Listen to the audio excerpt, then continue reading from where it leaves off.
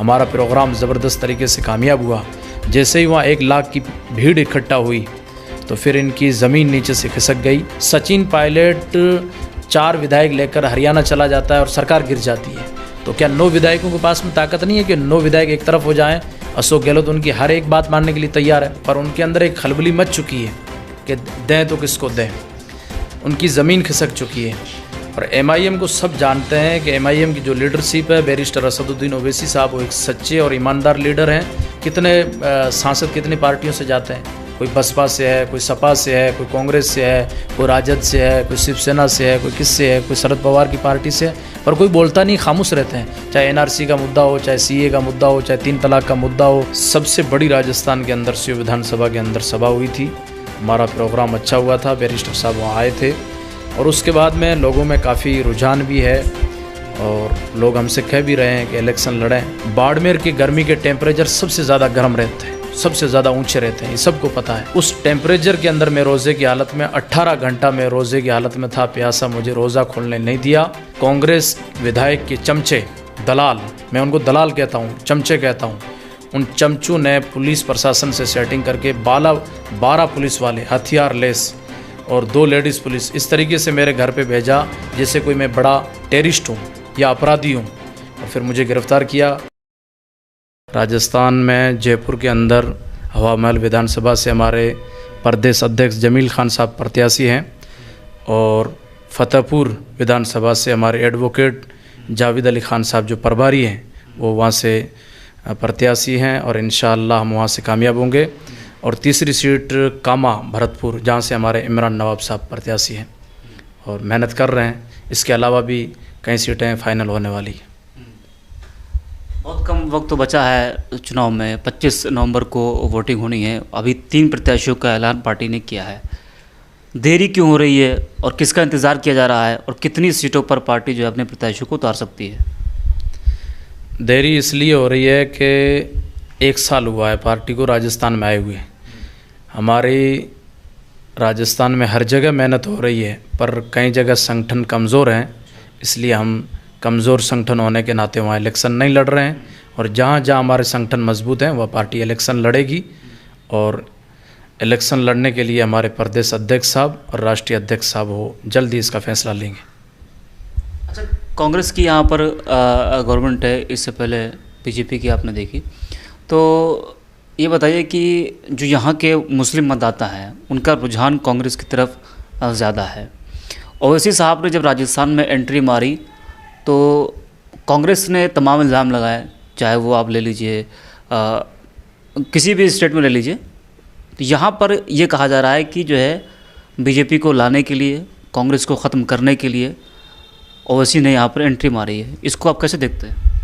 ये इल्ज़ाम तो ये लगाते रहते हैं। मैं राजस्थान की ही बात कर रहा हूँ आपके सामने, दूसरे अन्य राज्य की नहीं कर रहा हूँ। राजस्थान की आपको बात बताता हूँ कि पिछला विधानसभा चुनाव राजस्थान के अंदर हुआ था 2018 में और उस वक्त कांग्रेस सरकार बनी, यहाँ पर मुख्यमंत्री अशोक गहलोत बने और उसके 6 महीने बाद में लोकसभा का चुनाव होता है। राजस्थान की 25 सीटें लोकसभा की है। यहाँ पर कितनी सीटें? 25 की 25 भारतीय जनता पार्टी जीत जाती है। जब तो ओवैसी साहब यहाँ नहीं थे, मजलिस नहीं थी, हम नहीं लड़े, फिर 25 में वो कामयाब कैसे हुए? तो यहाँ पर कोई मुसलमानों का कांग्रेस की तरफ रुझान नहीं है। ठीक है, हमारे पास में ऑप्शन नहीं था, तीसरा ऑप्शन नहीं था कि हम किसके पास में जाएं। अब हमारी जमात मजलिस आ चुकी है और इंशाअल्लाह हम मिलजुल के और इत्तेहाद हासिल करके हम मजलिस को कामयाब करेंगे और बड़े ज़ोर और शोर से हम चुनाव में कामयाब होंगे इंशाअल्लाह। अच्छा, आप बाड़मेर की शिव विधानसभा सीट से आते हैं आप, तो वहाँ पर क्या है रुझान, क्योंकि वहाँ का माहौल क्या है? और ये भी देखा जा रहा है कि वहाँ पर जो भारत पाकिस्तान का बॉर्डर भी है, वहाँ पर शायद जितना जानकारी मुझे है, तो वहाँ का जो मुस्लिम मतदाता है वो किधर जाना चाह रहा है? हमारे बाड़मेर में कुल 7 विधानसभा सीट है और उसके बाद में अभी 2 ज़िले अलग हो गए हैं, जैसे बालोतरा अलग हुआ, बाड़मेर अलग है। बाड़मेर में 6 कांग्रेस MLA हैं और 1 भारतीय जनता पार्टी से। हमेशा ही कांग्रेस पार्टी पश्चिमी राजस्थान से मजबूत रही है और वहाँ के मुस्लिम मतदाताओं ने हमेशा ही कांग्रेस के साथ में रहे। 99% कांग्रेस के साथ में रहे, पर कांग्रेस पार्टी ने वहाँ के मुसलमानों के साथ में नाइंसाफ़ी की है, जिसमें कोई शक नहीं है। कई सालों से हम सिंधी मुस्लिम विकास बोर्ड बनाने की मांग कर रहे थे। हमारा प्रभाव सिंधी मुस्लिम विकास, जो सिंधी मुस्लिम कौम है, इसका जिलों पर नहीं 27 विधानसभा पर, और उसके बाद में काफ़ी संघर्ष के बाद में अभी सरकार ने वो मुस्लिम विकास बोर्ड, सिंधी मुस्लिम विकास बोर्ड बनाया है। अब हमारे पास में विकल्प है, MIM भी स्यू विधानसभा के अंदर आ चुकी है, और सबसे बड़ी राजस्थान के अंदर स्यू विधानसभा के अंदर सभा हुई थी। हमारा प्रोग्राम अच्छा हुआ था, बैरिस्टर साहब वहाँ आए थे, और उसके बाद में लोगों में काफ़ी रुझान भी है, और लोग हमसे कह भी रहे हैं कि इलेक्शन लड़ें, पर थोड़ा सा हम संगठन की तरफ देख रहे हैं। संगठन हमारा मजबूत हो जाए तो अच्छा है। हमारे प्रयास जारी है, कोशिश जारी है कि हम इंशाअल्लाह विधानसभा का इलेक्शन लड़ेंगे, और अगर कोई ऐसी स्थिति बन जाती है तो उसके बाद में जो नीचे वाले इलेक्शन हैं, जैसे पंचायत डेलीगेट के, ज़िला परिषद के, ये सारे इलेक्शन हम लड़ेंगे, सारे इलेक्शन लड़ेंगे, इसमें से कोई इलेक्शन नहीं छोड़ेंगे। पर कोशिश हमारी पूरी जारी है कि इंशाअल्लाह हम स्यू विधानसभा में इलेक्शन लड़ें। उसमें गिरफ्तारी भी आपकी हुई थी, तो क्या वजह थी, क्यों गिरफ्तारी हुई थी, क्या कोई साजिश थी उसमें? हाँ, वो साजिश पहले से तैयार हो चुकी थी। असद साहब का वहाँ पर प्रोग्राम था घाघरिया के अंदर, स्यू विधानसभा में बहुत बड़ा प्रोग्राम था, जिससे कांग्रेस की ज़मीन हिल चुकी थी। सियासी एक हलचल आ गई थी वहाँ पर कि ज़मीन उनकी खिसक रही थी। वो लोग राजाओं की तरह राज कर रहे थे वहाँ पर, कोई भी उनके खिलाफ बोलता नहीं था, जो बोलता था शासन का दुरुपयोग करके उसको गिरफ्तार करवा लेते थे। लेकिन मेरे खिलाफ इन्होंने साजिश काफ़ी महीनों से पहले बना रखी थी। जैसे ही ये घाघरिया के अंदर हमने प्रोग्राम कराया, पूरी हेडिंग प्रोग्राम की मैं संभाल रहा था, और हमारे पार्टी के पूरे वर्कर और पार्टी के जो प्रदेश अध्यक्ष हैं, प्रभारी हैं, उनकी पूरी अहम हमारे ऊपर निगरानी थी। हमारा प्रोग्राम ज़बरदस्त तरीके से कामयाब हुआ। जैसे ही वहाँ 1 लाख की भीड़ इकट्ठा हुई तो फिर इनकी ज़मीन नीचे से खिसक गई। फिर इन्होंने रमज़ान के महीने में मैं रोज़े की हालत में था, बाड़मेर के गर्मी के टेम्परेचर सबसे ज़्यादा गर्म रहते हैं, सबसे ज़्यादा ऊंचे रहते हैं, ये सबको पता है। उस टेम्परेचर के अंदर मैं रोज़े की हालत में 18 घंटा मैं रोज़े की हालत में था, प्यासा, मुझे रोज़ा खोलने नहीं दिया। कांग्रेस विधायक के चमचे, दलाल, मैं उनको दलाल कहता हूँ, चमचे कहता हूँ, उन चमचों ने पुलिस प्रशासन से सेटिंग करके 12 पुलिस वाले हथियार लेस और 2 लेडीज़ पुलिस इस तरीके से मेरे घर पे भेजा जैसे कोई मैं बड़ा टेररिस्ट हूँ या अपराधी हूँ, और फिर मुझे गिरफ़्तार किया और लेके गए वहाँ पर। मैंने पूछा, भैया मैं पार्टी का एक ज़िम्मेदार हूँ, आपने कोई नोटिस ही नहीं दिया। तो कहा कि हमें ऊपर से आदेश है। मैंने कहा आदेश है तो नोटिस दो। तो कहा नोटिस हमारे पास में नहीं है। मैंने कहा बगैर नोटिस के आप गिरफ़्तार नहीं कर सकते, मेरा गुनाह क्या है आप साबित करें। फिर वो गुनाह कोई साबित नहीं कर पाए, पर मुझे 107 और 151 में उन्होंने पाबंद किया। फिर ज़मानत हुई। इसके पीछे MLA साहब के चमचों का, MLA साहब के बेटे का और मेरे ही परिवार में 1-2 बंदे हैं जिनका पूरा हाथ था मुझे गिरफ़्तार करवाने में। पर मेरे पास में किसी के प्रति गंदी सोच नहीं है, कोई कुछ भी करे हमारा कोई फ़र्क नहीं पड़ता है। अच्छा, आप जो सीट है तो ये कहा जा रहा है कि 1980 के बाद वहाँ पर जो है 2 बार लगातार कोई MLA नहीं रहा है, शायद जहाँ तक जानकारी हमें है। कैसा है वहाँ पे? अगर मान लीजिए कि आपको पार्टी प्रत्याशी बनाती है, मुस्लिम MLA है वहाँ पे, तो जनता के लिए ये समझना बड़ा टफ हो जाएगा और डिसाइड करना भी मुश्किल हो जाएगा कि हम चुने तो चुने किसको। एक तरफ कांग्रेस के अमीन खान है जो मुस्लिम चेहरा है, एक तरफ आप। नहीं, ऐसी कोई बात नहीं है, ये आपकी बात सही है। वहाँ पर लगातार कोई 2 बार MLA नहीं रहा है, एक बार भारतीय जनता पार्टी से, एक बार कांग्रेस पार्टी से। रही बात चुने या किसको चुने किसको ना चुने, कांग्रेस पार्टी के अंदर ही खींचतान हो रही है।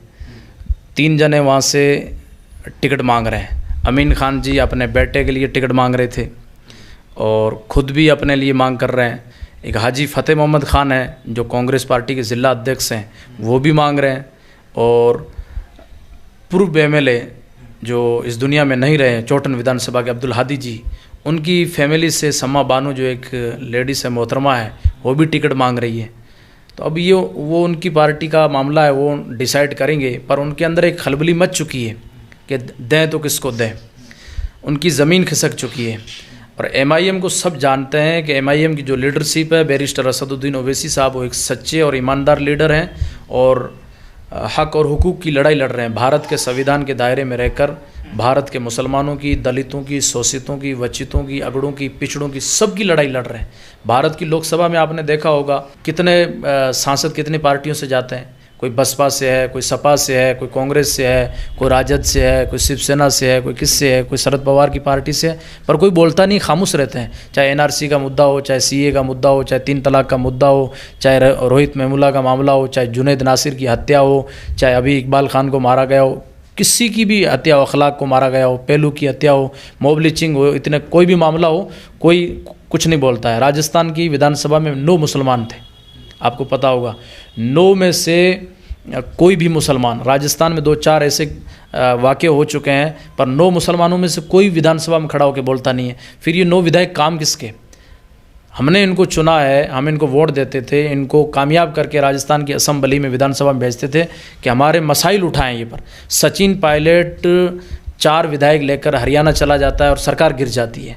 तो क्या 9 विधायकों के पास में ताकत नहीं है कि 9 विधायक एक तरफ हो जाएं?